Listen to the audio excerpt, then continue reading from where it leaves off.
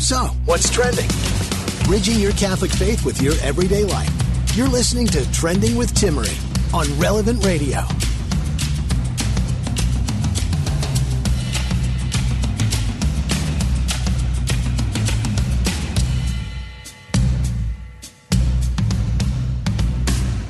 One thing you can give to your kids that will help them live a happier life, and a happier life as an adult.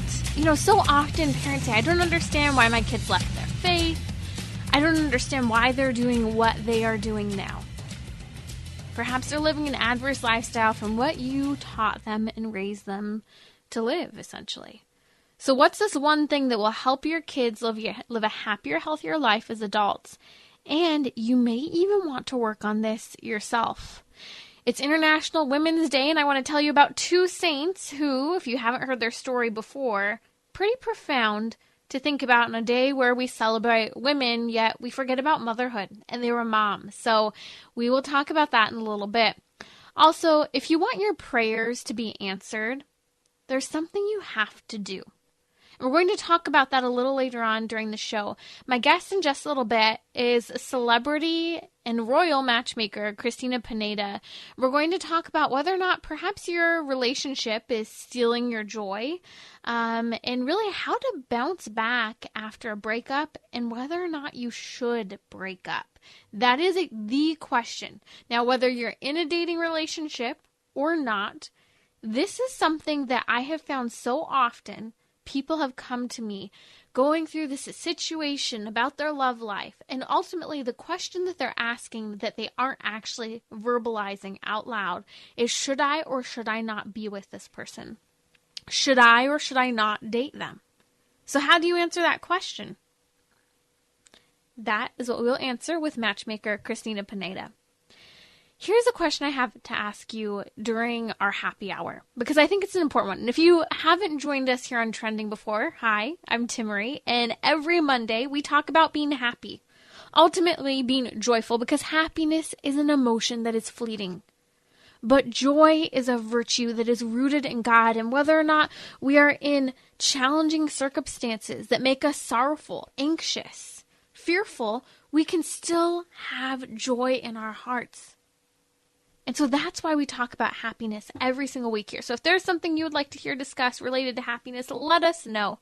The number's 1-888-914-9149. Again, that's 1-888-914-9149. So here's the deal.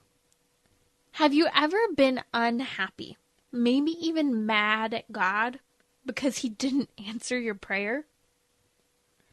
Let's be honest, I think most of us at some point, even if we weren't mad at God, I can't say I've ever been mad at God. There have been moments where I've said, why?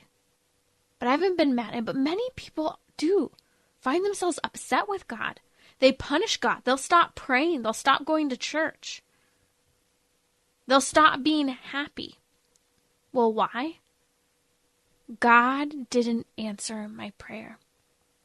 I was talking to someone recently, and they shared with me that their daughter-in-law had been praying and praying for a particular petition. And they ended up praying a novena for this petition. Well, the petition wasn't answered. So what did they do? The next week, they stopped going to church. Stopped raising their kids Catholic. Now, sure, they were still sending their kid to a Catholic school, but the petition wasn't answered, so vindictively, they stopped going to church. Maybe you know someone who's done that. Maybe you have. Call us. I would love to talk to you.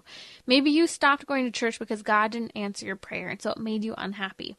There's this really funny story. So I've mentioned before, I really don't like working with little kids. I'm just not a fan. They're bratty. I think it has to do with parenting, especially the whole never tell my child no thing. Oh, the one big mistake I made was helping out for Vacation Bible School. I did not want to go back. I was in, I think maybe high school or something. I volunteered. Whew, that was a rough week.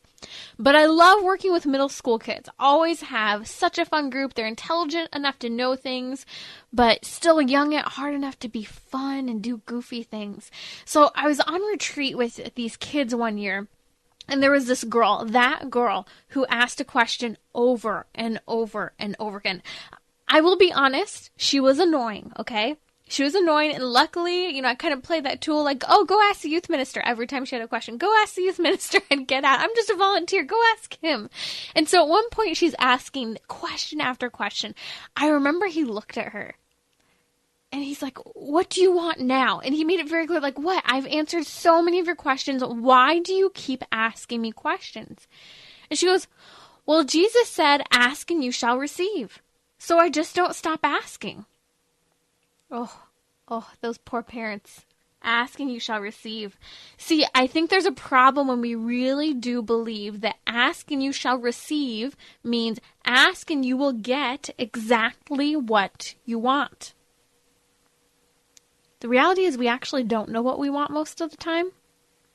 And we also don't know what's good for us.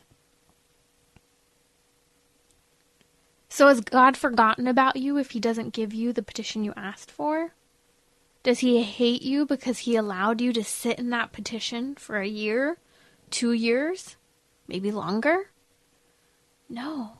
You see, we have to remember there are answers God gives us, and perhaps he's not coming to us in a cloud, a Shekinah glory cloud, or speaking from heaven, or appearing to us in a dream. But there are 3 things that happen. The petition's answered, that's a yes. The petition's not answered, that's a no, or a not yet. So perhaps your petition is something that must be answered. It is a situation that must change, a person that must be transformed. Perhaps it's a not yet. You see, God allows us to go through things to bring about ultimately our growth and our salvation. It's just a matter of whether or not you and I will participate in that opportunity for growth. Whether we will participate in the salvation that he is offering to us. You see, we make progress in the spiritual life when we endure through suffering, when we turn to our Lord in suffering. But here's the problem. Many people turn to God when they need something. But they don't turn to God when they don't need something.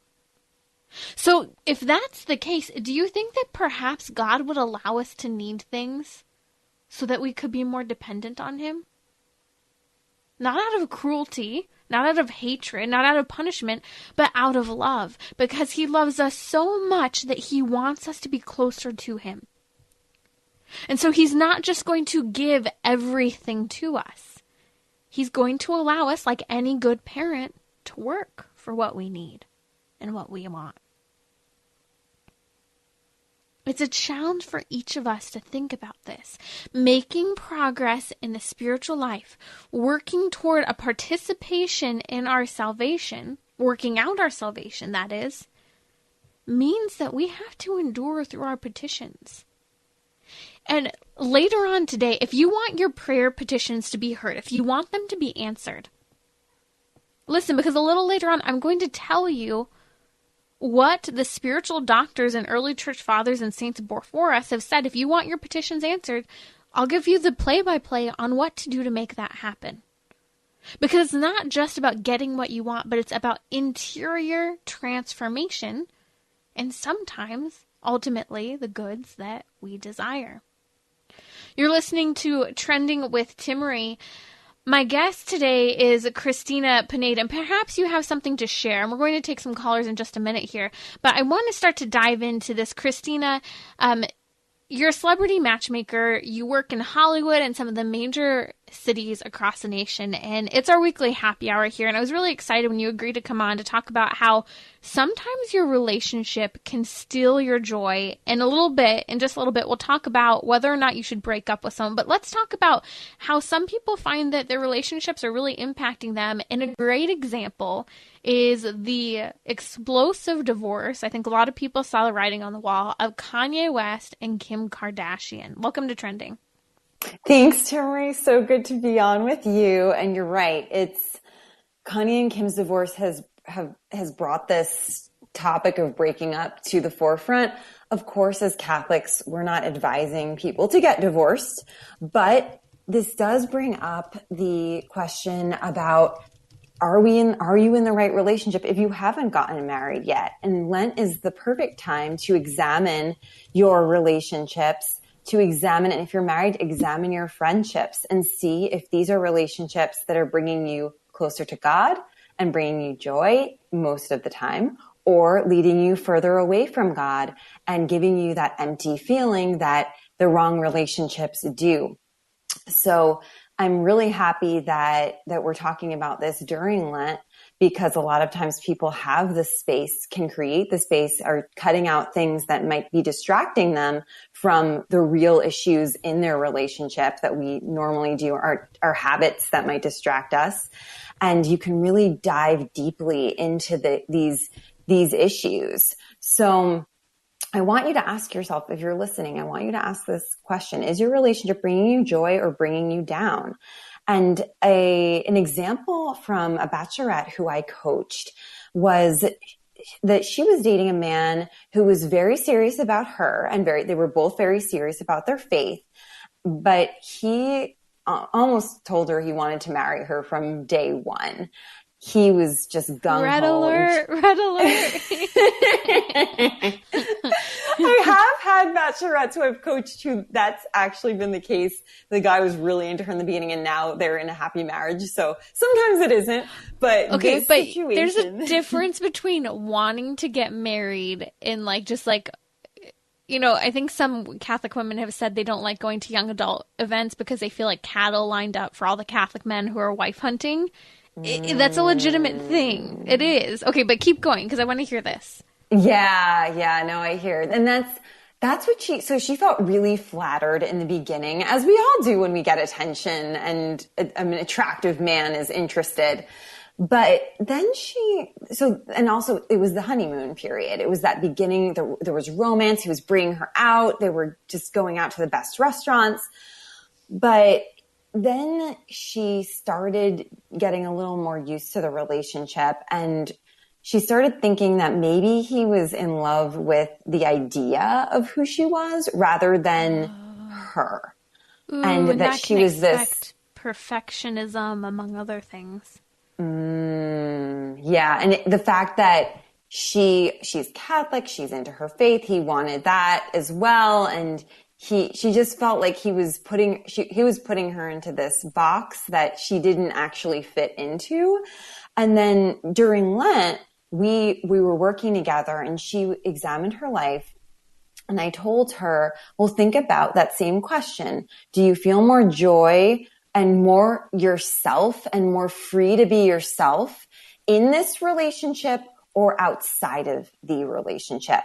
Even if he fits all the criteria of what you're looking for.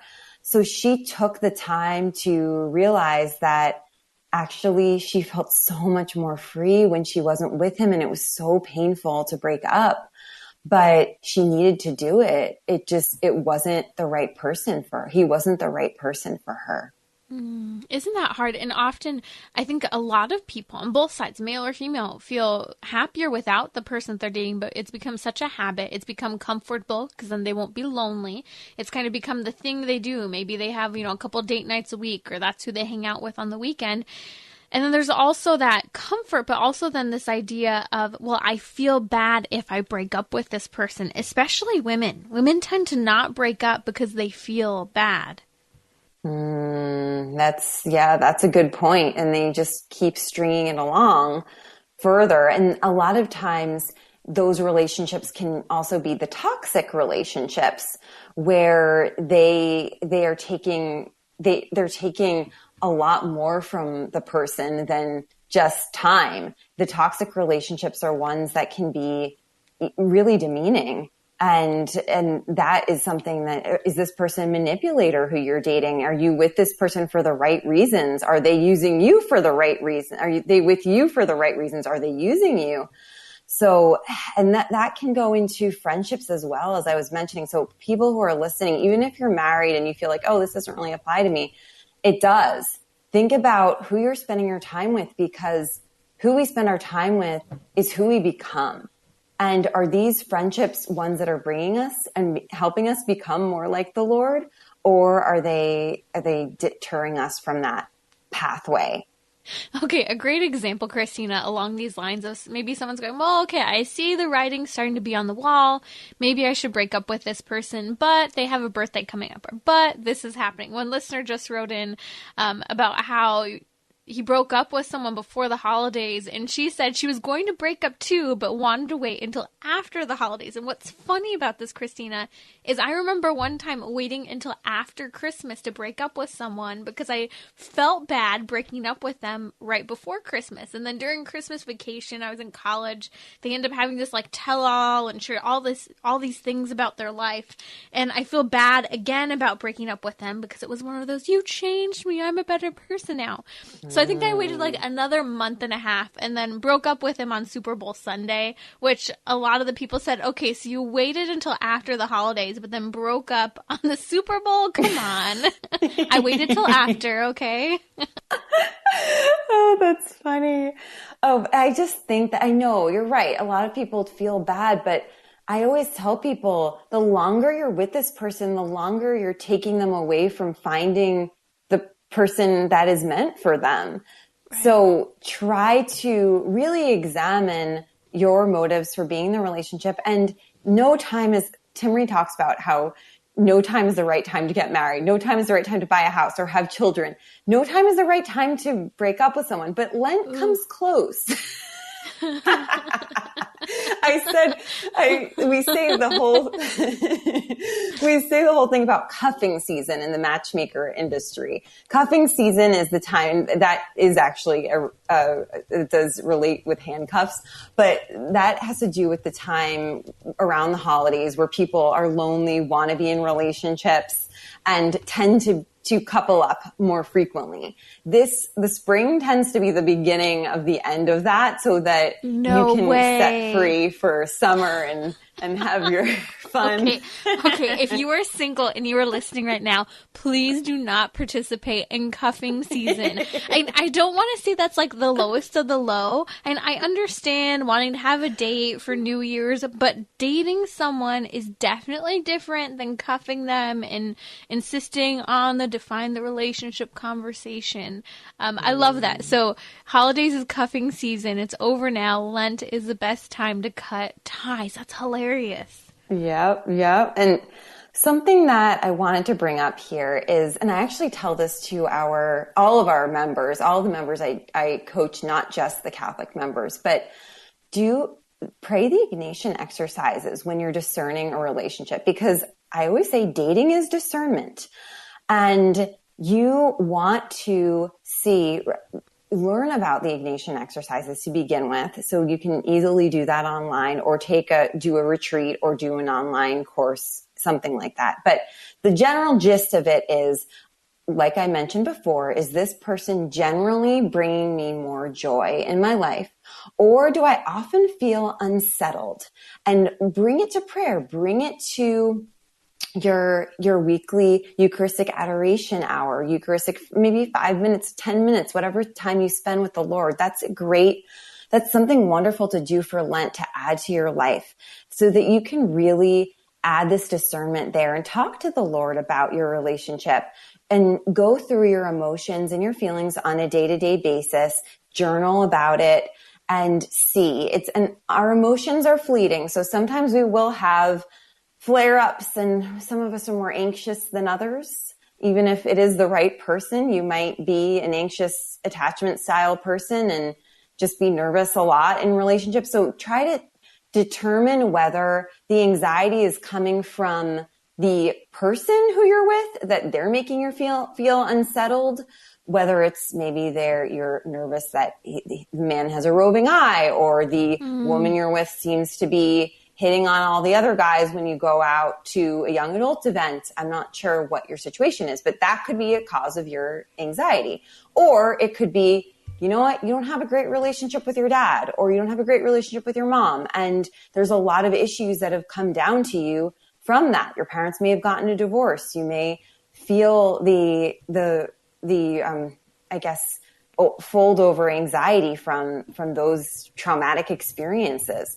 So try to determine where the anxiety is coming from, pinpoint it, and then see, am I happier generally with him or without him, or with her or without her? And these are so helpful. I think these are good things to kind of meditate through, use the Ignatian exercises, because it's important to really take that time, but also not to delay. Sometimes I think we fall back. People of deep faith often fall back and say, oh, well, I'm going to use my prayer as kind of a crutch of, well, let me pray about it. But they don't really actually discern through that prayer. They kind of just leave it in the Lord's hands without taking action as well.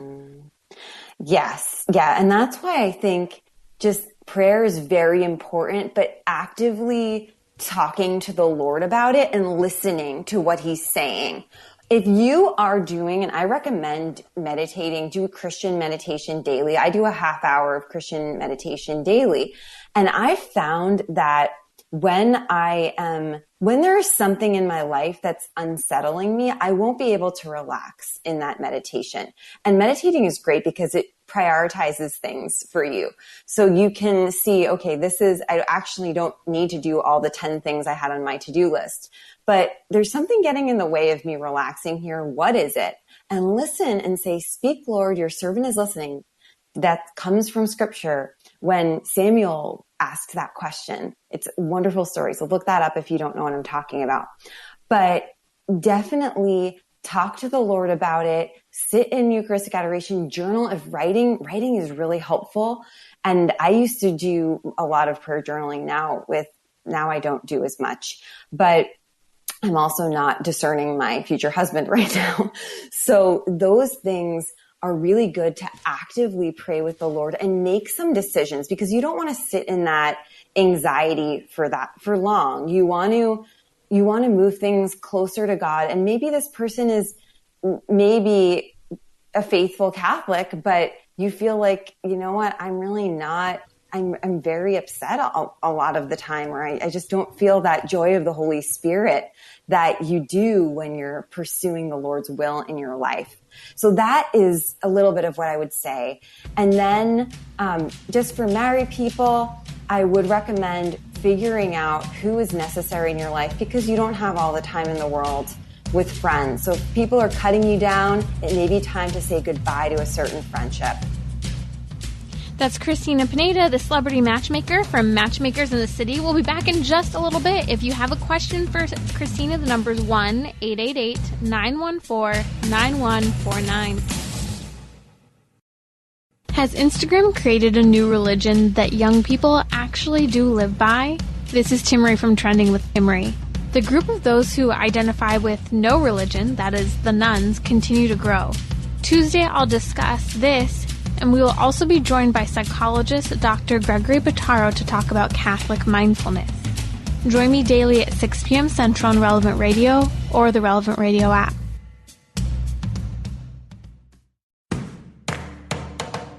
We're talking about what you're thinking about. You're listening to Trending with Timmerie on Relevant Radio and the Relevant Radio app. My guest today is Cristina Pineda. She is a celebrity and royal matchmaker, also matchmaking us normal peasants as well. It's Cristina Pineda. We'll come to her in just a moment here.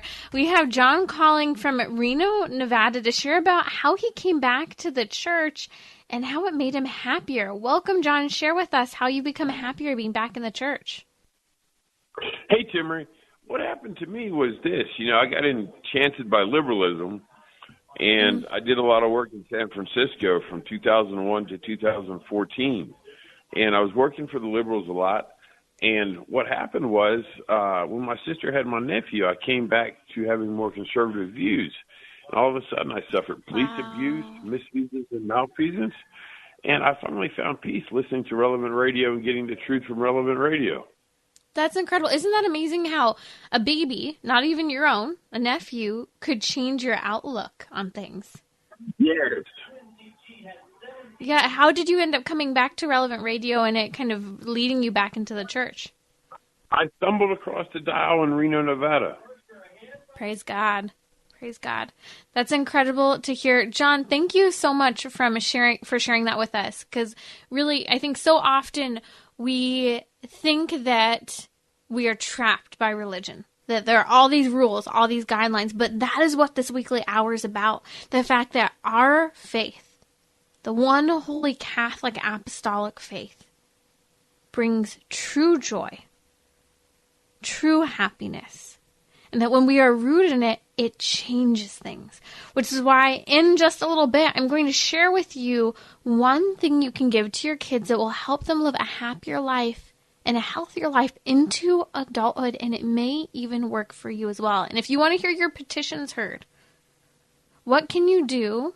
What does the church, what do the early church fathers teach us about actually having our prayers answered? Cristina Pineda from Matchmakers in the City, a celebrity matchmaker here, is joining us. And I have a question here. So the question is this. This came in through a message just a little bit ago, Cristina. Why is it essentially, and this is from a man, he feels much kind of more affected and lingering feelings when a lady just says no to him before a date versus after going on a couple dates and then finding that it doesn't work out? Why is it that that's worse? And, help me understand how to move on. Ooh, it's because there's mystery there. That's why, because you have in your mind who this person is. Even if you've not really interacted with them that much. It could even be, I don't know if he's meeting the women in person or online, but often our imaginations take us many places and we think, oh, this person you get a few little details about the person and then we construct their whole character from it and we get attached to that character. Whereas if we go on a date with the person, we realize, oh, they're actually not perfect. And they said this, which I don't agree with. And I wasn't that excited. I thought I was going to be more excited on the date, but it was okay. It may have been boring, but you had hyped it up. And so you don't get that kind of closure when the person says no to you before you even go. That's what makes it challenging. But it's one of those things that we have to trust the Lord with and say, you know what, God? She said no to me, and I'm just going to assume that it would have been one of those dates where I wasn't really into her and then move on from that woman because it's good that she actually gave you a closed door. Right. Often when people are breadcrumbing you or ghosting, you don't get any closure. But when someone actually says no, that is a blessing because you don't have to rethink or rework or reanalyze things. Okay, it's a definite, clear, not my woman. Move on to the next woman as best as you can. That's a great, Cristina. Thank you so much for answering that question. We're going to touch in just a moment that question of should you break up with the person you're dating? Really important question because sometimes relationships can just steal our joy. And so how do we know if we should break up or not? But Cristina, we have another call that's come in. Joe from Minnesota has a question about abusive relationships. And Joe, before we dive in, I want you to ask your question in a moment here. But share with us a little bit kind of where you're at. I understand that you're in an annulment process because this is important as part of the question. Thank you first for taking my call. So I absolutely had to call when I heard you broke up with your boyfriend on Super Bowl Sunday because I actually attempted to postpone my marriage the day after the conference championship game to go to the Super Bowl, and our team lost. And my fiance was absolutely upset. I thought she could just be upset about our team losing. No, she was upset because I said, hey, we got to work on stuff. And she basically gave me an ultimatum that I either marry her on the wedding date or she won't marry me at all. And I spent the next 5 months of the engagement scrambling to figure out how am I going to make this work. And I did the Ignatian exercises, and I came to the intellectual conclusion it was a good decision, but my emotions weren't there. It was just I'm an idiot. I might not even marry validly, but I'm going to do it anyway because I just thought, well, maybe if I just mean it at the altar, I'll be good to go. Kind of like going to confession and receiving communion. If you do the act, you receive the sacrament. So... And the entire marriage was just a disaster, and she abused me verbally. She eventually abused our kids. I have the kids permanently now. It turned out infinitely worse than I could ever imagine. Anybody that's in a bad relationship right now, I encourage you just to get the heck out of that relationship. It's going to destroy your life, and it ate my life for years and years and years. I'm so glad I'm out of it. And if it's valid, well, I guess I did what I intended to do, but at the same time, I'd love to even be more free of it too, but I'll just see what God does. As far as I'm concerned, I have to presume I'm married and obey the church. Yeah. So what's the question, John? Or sorry, Joe. Yeah, sorry. ultimately my question is, like, how do you move on from a verbally abusive relationship? I think it's a great question for a lot of other people to hear, because even, like, sometimes I think about, like, well, hypothetically, if I'm ever free to marry, like, how am I going to handle that aspect? Like, I don't want to just presume everybody's abusive or, like, look for skeletons in their closet and all that kind of stuff. Great question, Joe. And I want to touch on that question, throw it to Cristina in just a moment. But I commend you because I understand that you are acknowledging my marriage has not been declared null. So currently, I can hear, based on what you're saying, that you acknowledge and you're respecting the church, that means that you are still married and that you're not dating until then. So I just want to be clear for anyone who's listening, because you phrased it beautifully. You said, if, you were to start searching again. So I'm really sorry that you've been through kind of the entire situation you've been through. And I thought it was really fascinating. And we'll probably talk about this in a minute here. The fact that you said you knew you kind of weren't there with the marriage, but you kind of hoped, like with confession, that, the grace would still be bestowed upon you, even if it wasn't a perfect confession, let's say. I'll touch on that in a minute. But just for anyone who's listening, it's important to understand, if you are in the process of going through an annulment, it's not acceptable to be dating, because if you are dating, you are still considered married. Unless the church has declared your marriage null, you are still married. And so with that being said, the question I think that so many people can benefit from that you threw out there, Joe, is if you are in a verbally abusive relationship, how do you recover from that in general, but then also in dating later? So Cristina, if you'd like to take those two questions, that's Cristina Pineda from Matchmakers in the City. Yes. Well, the first thing that comes to mind for me is something that I coach our members on a lot, and it's finding your identity as a son or daughter of the Lord and a prince or princess in his kingdom. That your identity doesn't come from what anyone else says about you, thinks about you, what your job is, which is hard for men especially, any other external factors, what you look like. All of these things tether us to the world, and it's so easy to find our identity in those things. But the more time you spend with the Lord, and Lent is such a great time to make space for that, the more this will become a reality for you. And Joe, it might be looking at your phone less. I know for a lot of people, having an hour or two of phone-free time can help them to have more prayer time. Or you will pray and see what the Lord brings up in your mind about ways to encourage that relationship with him and help you, because you mentioned something, you knew it intellectually, something but you didn't, your feelings weren't there yet. So this is something you should know intellectually. You probably know it intellectually. Yeah, I'm a prince in the kingdom. Okay. But you want to get there with the feelings. And that's when spending time with the Lord. And that's why I mentioned Eucharistic adoration at the beginning of this as so powerful to really feel that. Start to embody that, yes, this is my presence. This is my confidence. Then in any relationship that you're in, you will be able to set appropriate boundaries with those people, because people will try to take a lot from us if we let them. Unfortunately, I mean, not everyone is like that, but you will be able to confidently walk in and say, this is what I'm comfortable with. This is language that I am not comfortable with. And you will set that, and you won't feel like, oh, but if I don't allow that, then I won't be with this person. No, you'll know it's better if I'm not with that person. So I think that answers your question as best as I understand it. And Timmerie, if you have any other thoughts, that would be great. Yeah, I do have a couple thoughts, actually.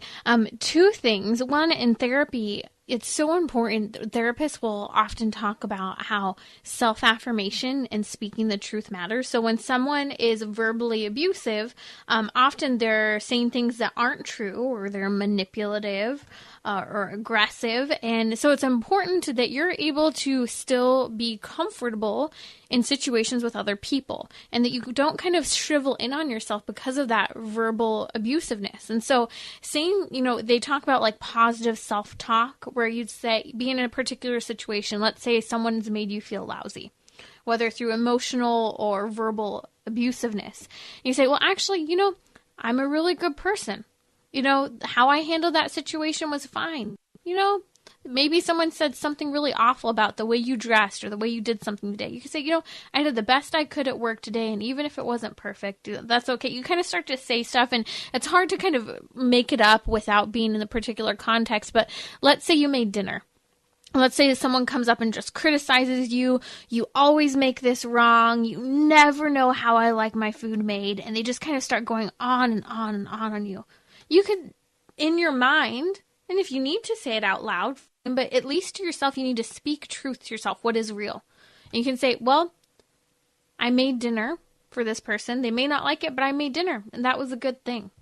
And so I think sometimes we have to affirm ourselves when other people aren't affirming us, because a verbal affirmation is so important. And when people aren't verbally affirming one another, it can create confusion about what is and what is not. And so it's our role to always speak what is true, even if sometimes that means speaking what is true to ourselves. So Joe, great question. Our prayers are with you through this entire process for you and your family.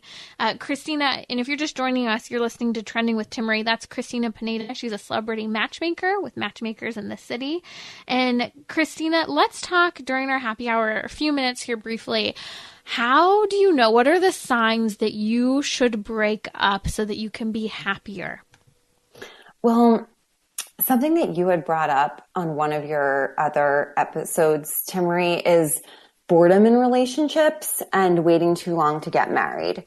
And I think that often people will take boredom as a sign of, okay, it's done. But I think you mentioned that sometimes it's because you're not moving the relationship into the right direction. So that's what I want people to have a clear limit of how long you're going to spend with this person, and talk about it at some point if you haven't already.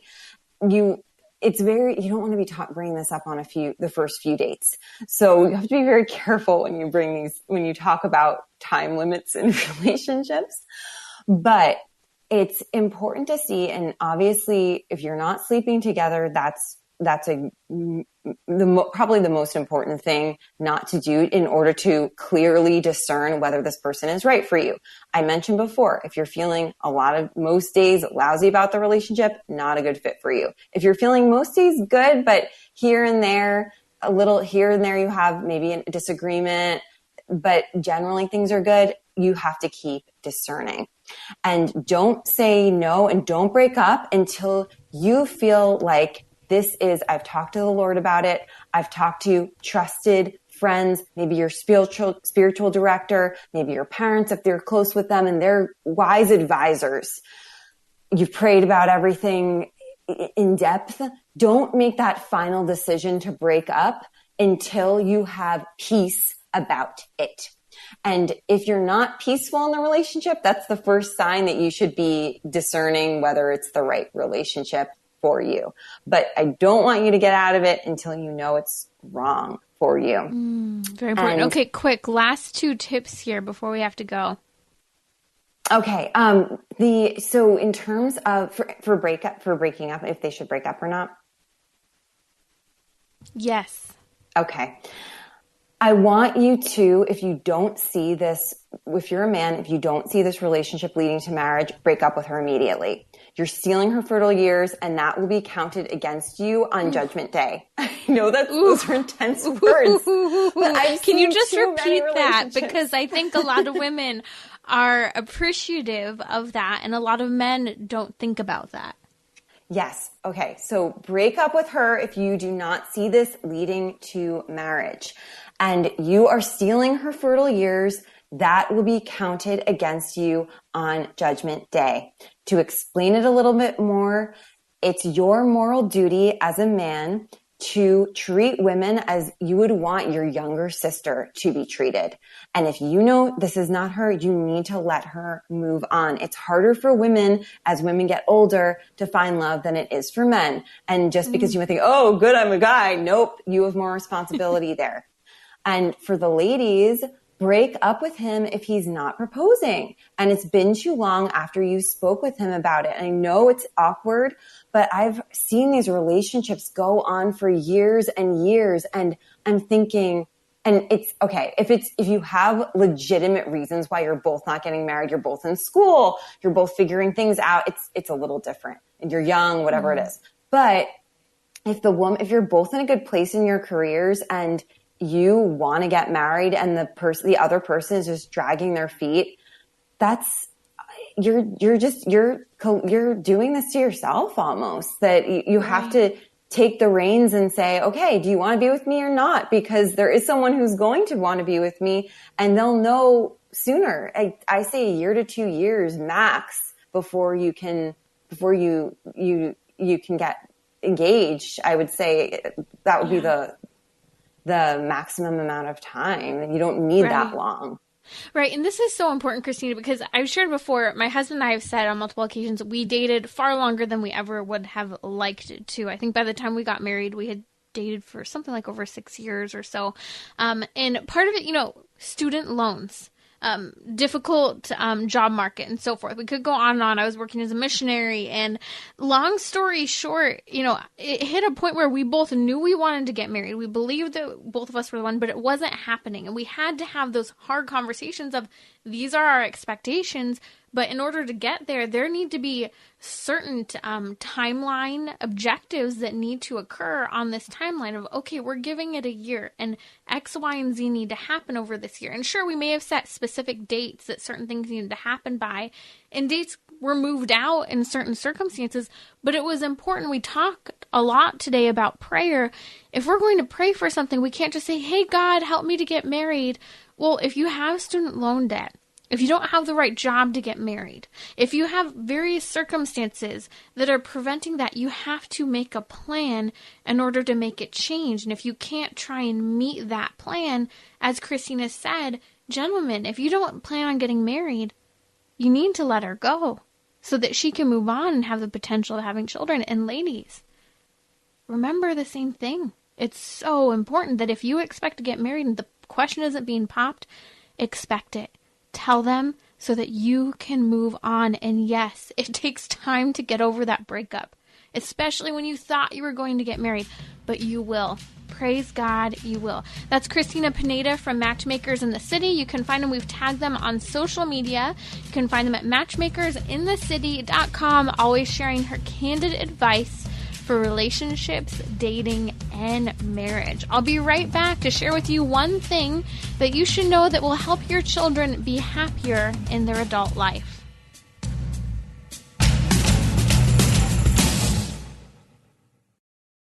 Catholic Order of Foresters is proud to sponsor the Relevant Radio Studio line. For information about employment opportunities and flexible premium life insurance plans, visit relevantradio.com/Forester. Bridging your Catholic faith with your everyday life. You're listening to Trending with Timmerie on Relevant Radio and the Relevant Radio app.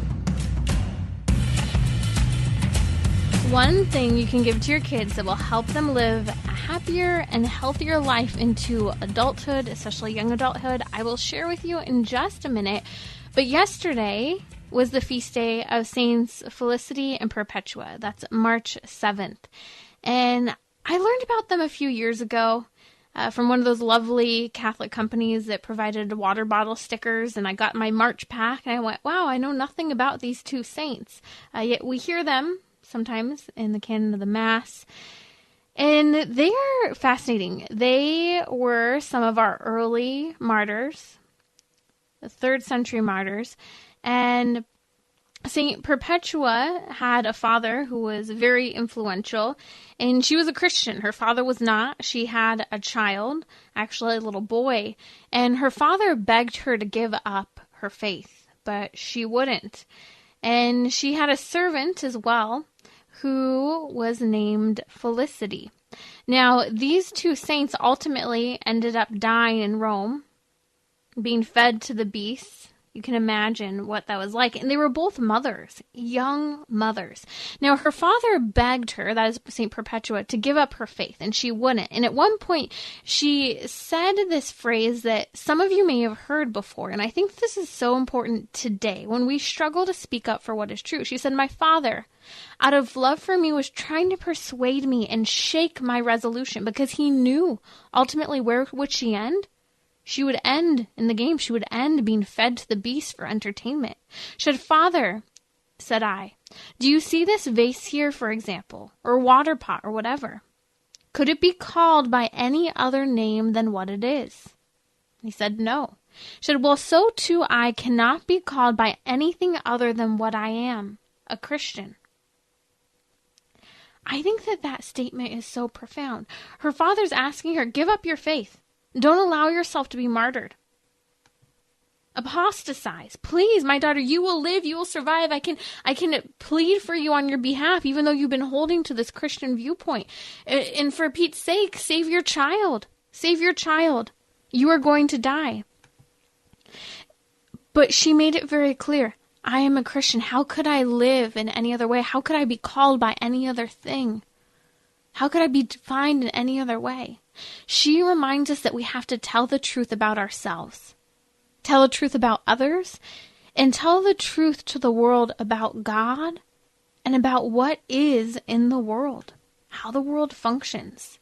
And even when he pleaded with her not to do this because of her child, she still continued to practice her Catholic faith and was ultimately martyred, leaving behind her little boy, whom her father could care for.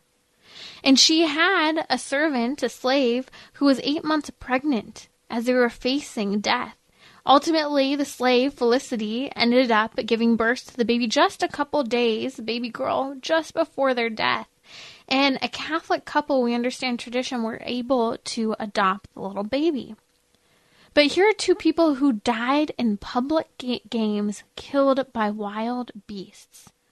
They were mothers who chose above all else to pass on what? Their Catholic faith.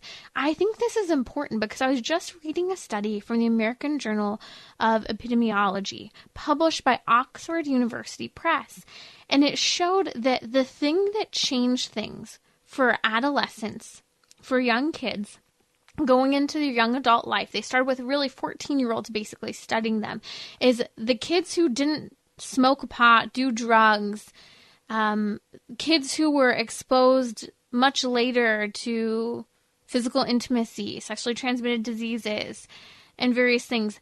These people who decrease their risks had a prayer life in their young adult life. They weren't doing drugs. They didn't have STIs. They weren't engaging in physical intimacy early in life. They actually had a greater sense of volunteering, emotional wholesomeness and processing and expressing their emotions. They had a better sense of forgiving others and a greater sense of mission. Why? Because they prayed. Because they were given a prayer life by their parents. They weren't just said, hey, let's go to church. They were taught to pray. If you want to give one thing to your children to help them from having a drug addiction, from being lonely and depressed in their young adult years, if you want to help them have a mission in their young adult years, don't just take your kids to church. Teach them how to pray. We've said before, prayer changes things. That's the bottom line, because God is real. And while he may say no, not yet, or yes to your prayer, when a young person can learn that early on, when they can learn that no matter what, they can call upon the Lord and trust in him, that he has their best interest in mind, they will be able to get through some of the most unthinkable things in their life. They will be able to discern marriage. They will be able to discern the challenging circumstances they face with their own children. Pass on the gift of prayer. If you're a parent, maybe that's the one thing you can work on with your kids this Lent. Tomorrow, I'll tell you those things that we didn't have the opportunity to look at that you can do to help have your prayers be answered. Has Instagram created a new religion that young people actually do live by? This is Timmerie from Trending with Timmerie. The group of those who identify with no religion, that is, the nuns, continue to grow. Tuesday, I'll discuss this, and we will also be joined by psychologist Dr. Gregory Bottaro to talk about Catholic mindfulness.